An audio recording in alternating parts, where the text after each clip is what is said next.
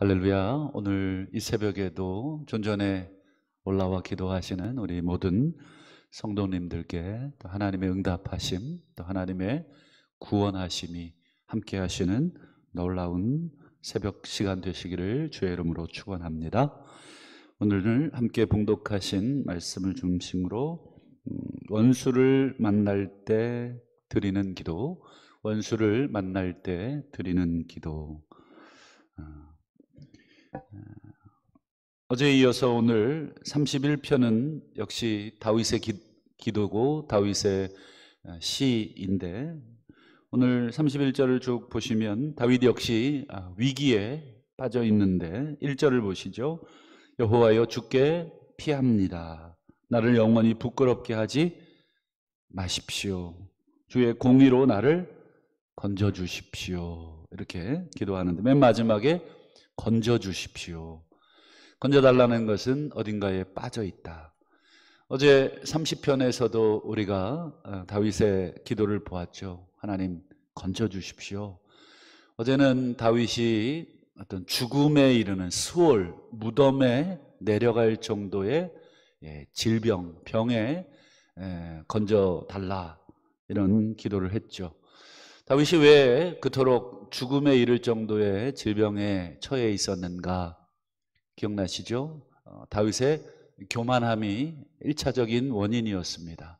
형통할 때에 내가 영원히 흔들리지 않겠다. 그런데 하나님이 얼굴을 가리시자 다윗은 아무것도 아닌 존재가 되었죠.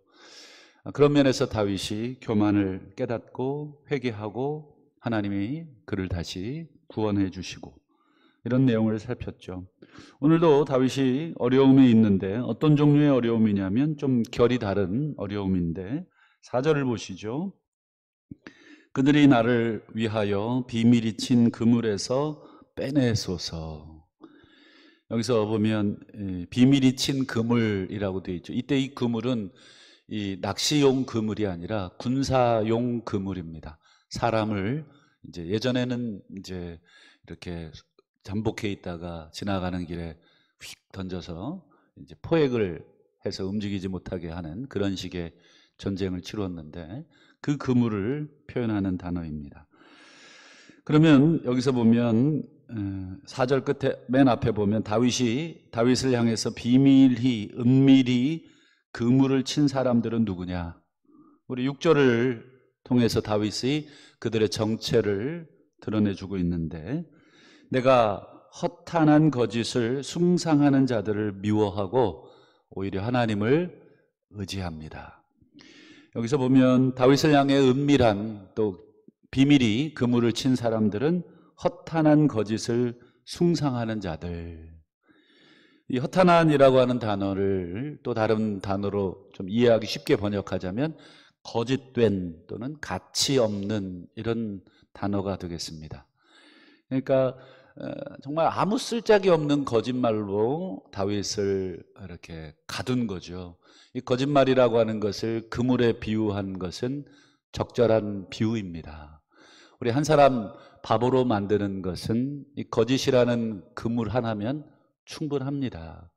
그곳에서 허구적거리다가 질식사 하든지, 아니면 정말 그 그물, 거짓이라는 그물을 통해서 아마 그 사람을 쉽게 잡게 됩니다.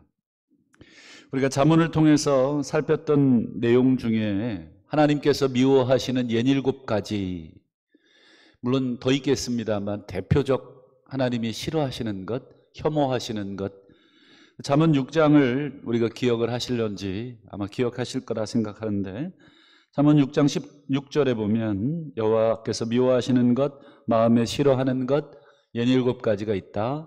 17절에 첫 번째는 교만한 눈, 두 번째는 거짓된 혀, 세 번째는 무죄한 자의 피를 흘리는 손, 그다음에 네 번째는 악한 계교, 그리고 다섯 번째는 빨리 악으로 달려가는 발,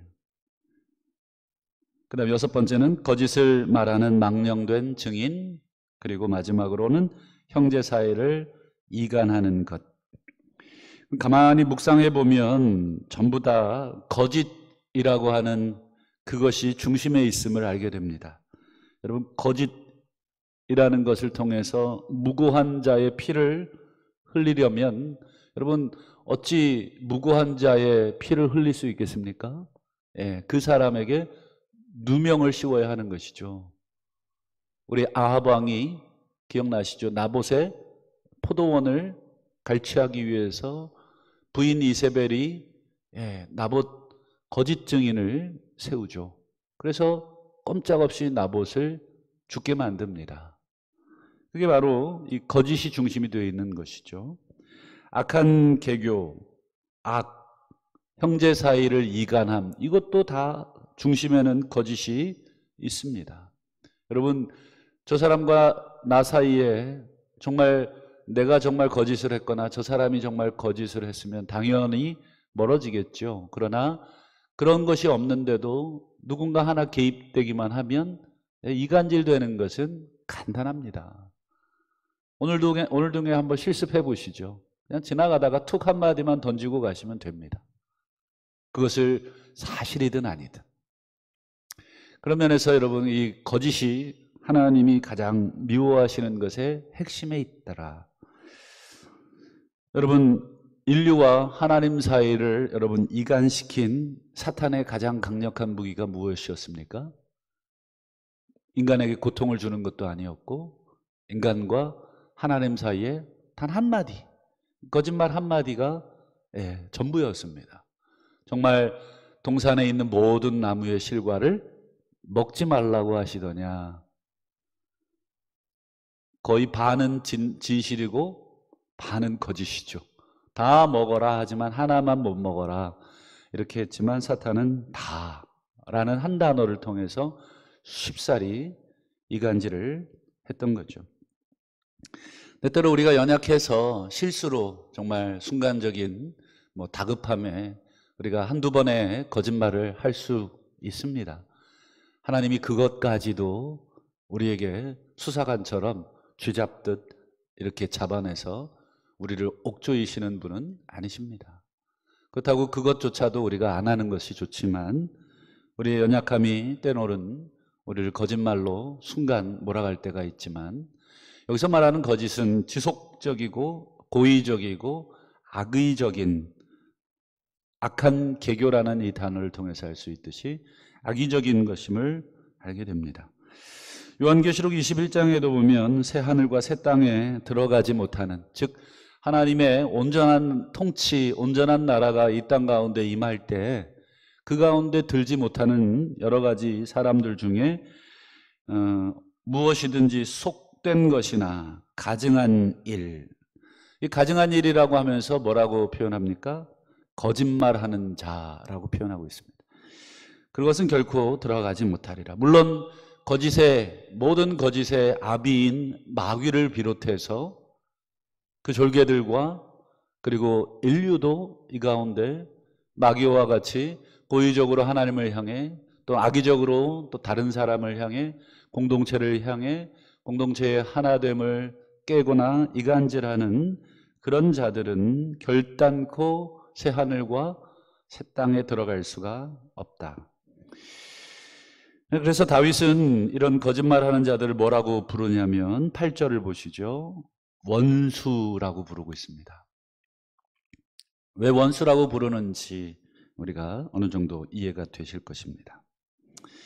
여러분, 허탄한 거짓을 숭상하고 또 거짓의 그물을 우리의 삶 앞에 또는 나에게 덮어 씌우는 그런 원수들을 만날 때 우리가 여러 가지 행동과 반응을 할 수 있죠. 가장 쉬운 것은 뭡니까? 맞불 작전이죠. 나도 똑같이 당한 만큼 보복해 주는 것. 나는 거기에 한술 더 떠서 조금 더 그럴싸한 거짓으로 그 사람을 덮어 씌우면 됩니다. 가장 간단한 보복이 되겠습니다. 그 정도의 깡이 없다면, 그 정도의 배포가 없다면 저주 정도 하고 말겠죠. 그냥 몹쓸 사람, 나쁠 사람 한바탕 시원하게 저주를 퍼붓는 정도. 그러나 오늘 다윗은 그런 복수나 저주를 어떻게 하고 있냐면 하나님께 맡기고 있는 것을 봅니다. 여러분, 내가 직접 원수를 갚지 않아도 여러분 누가 원수를 갚겠다고 친히 말씀하셨냐면 하나님이시죠. 그래서 로마서 12장 19절을 화면을 통해서 보여드림죠. 너희가 친히 원수를 갚지 마라. 하나님께 하나님의 진노하심에 맡겨라. 이유가 뭐예요? 기록되었으되. 이게 제일 중요한 말입니다. 성경에서 기록되었으되라는 표현은 무조건 구약 성경을 표현하는 것입니다. 구약에 원수 갚는 것이 내게 있으니 내가 갚으리라. 주께서 말씀하셨기 때문입니다. 여러분, 하나님의 이 약속, 내가 갚아주마라는 이 약속을 못 믿는 사람들이 자신의 손으로 이 원수를 갚겠다고 나서고 있고 문제를 더 키우고 있는 것입니다. 여러분, 사람들이 손대는 것마다 문제가 해결되지 않습니다. 사람들이 손대는 것마다 문제가 복잡해집니다. 한번 가만히 생각해 보십시오. 자녀 문제, 가정의 문제, 내 진학의 문제, 또 여러 가지 문제 한번 가만히 생각해 보십시오. 내가 쓴다고 쓴 그 머리들과 방법들, 여러분 내가 손댈 때마다 잘 되던가요? 오히려 하나님께 맡기는 것이 제일 좋은 방법이듯 여러분 이 원수에 대한 것, 이것도 똑같습니다. 하나님께 맡기시기를 바라고. 히브리서 10장 30절에도 똑같은 말씀이 나오죠. 원수를 갚는 것이 내게 있으니 내가 갚으리라 하시고. 여러분, 이 구약의 이 말씀은 어디에 있는가 좀 찾아보니까 정확하게 문자적 순서가 똑같지는, 표현이 똑같지는 않고 신명기 32장에 보면 이 말씀이 기록이 되어 있는데, 그들이 실족할 그때에 내가 보복하리라, 이 말씀입니다. 그들이 실족할 때에 내가 보복해 주겠다, 원수를 갚아주겠다. 즉 하나님께서 친히 원수를 갚아주시는 것을 보죠. 그래서 이스라엘 백성이 광야를 지나가는 동안 만나게 되는 수많은 원수들, 수많은 대적자들을 누가 친히 보복하시고 평탄케 하셨습니까? 하나님께서 보복하시고 평탄케 하시고 정리하셨죠. 그런 면에서 신명기 말씀에 가장 좋아하는 표현 중에 하나인데, 주께서 앞서 가신다. 주께서 앞서 가신다. 우리보다 최소한 한 걸음 앞서 계시는 하나님. 그래서 광야의 길에 어디에 무엇이 있는지 우리가 익숙하지 않고 처음 초행길이기 때문에 더욱 헤맬 수밖에 없는 그 길에 하나님이 앞서 가시는 것입니다. 오늘 하루도 또 거짓과 불의의 그물들이 우리에게 던져질 때 우리 다윗처럼 주를 의지하시고 또 주께서 갚아주시기를 기도하시기를 바랍니다. 기도가 가장 수동적인 것처럼 보이지만 기도는 가장 적극적인 신앙적 행위입니다. 가장 하나님의 존재를 가장 확실하게 믿는 사람이 자기의 힘으로 뭘 하지 않으려고 하고 오직 하나님께 맡겨드리는 기도를 하는 사람. 그래서 여러분, 기도하는 사람이 저는 제일 무섭습니다. 그 사람이 도대체 하나님과 어떤 기도를 하는가? 여러분, 기도에 힘이 있습니다. 기도하시되 다윗처럼 우리 다윗이 어떻게 기도했는가만 우리 중요한 단어들을 한번 살핌으로써 말씀을 맺겠습니다. 1편에 1절에 주께 피합니다. 부끄럽게 하지 마십시오. 건져 주십시오. 2절에도 건져 주십시오. 3절 나를 인도해 주시고 지도해 주십시오. 4절 빼내 주십시오. 5절 주의 손에 부탁드립니다. 6절 주를 의지합니다. 다윗의 기도는 이와 같은 단어들로 이루어져 있습니다. 오늘 종일토록 이 다윗의 기도를 붙들고 우리가 만나는 환난, 또 우리가 만나는 어려움, 또 우리 인생에게 던져지는 그물들, 이것이 사람이 됐든 어떤 상황이 됐든 또는 사단 마귀가 됐든 여러분 어떤 종류의 그물이 우리에게 던져지든지 간에 여러분 그 그물을 정말 내 손에 든 칼로 찢지 마시고 그것을 주께 맡겨주시고 주님이 그 그물을 건져주시리라 믿습니다. 오늘 하루도 우리 주님과 함께 기도로 다시 한번 승리하시는 복된 삶이 되시기를 축원합니다. 기도하겠습니다. 오늘 주신 말씀 붙들고 오늘 다윗처럼 주께 피하시고 우리를 부끄럽게 하지 아니하실 줄 믿고 다시 한번 건져주시고 지도해 주시고 인도해 달라고, 가정의 문제, 또 사업의 문제, 직장의 문제, 또 여러 가지 가지고 올라오신 문제들 우리의 짧은 지혜와 지식으로 하나님 풀려고 하지 마시고 주께 맡겨드립니다. 주님 풀어주시고 건지시고 우리의 영혼을 주께 부탁하여 다시 한번 승리하시는 우리가 될 수 있도록 기도하시고, 또 가정을 위해서, 또 자녀들과 우리 부모님들을 위해서, 또 가정의 크고 작은 문제들을 위해서, 또 우리 교회를 위해서 하나님께서 다시 한번 우리 교회를 불쌍히 여기시고 다시 한번 하나님이 원하시는 방향으로 갈 수 있도록, 또 나라와 민족을 위해 기도하실 때 위정자들 하나님 지혜 주시고 혼란한 정치가들과 모든 행정가들 하나님께서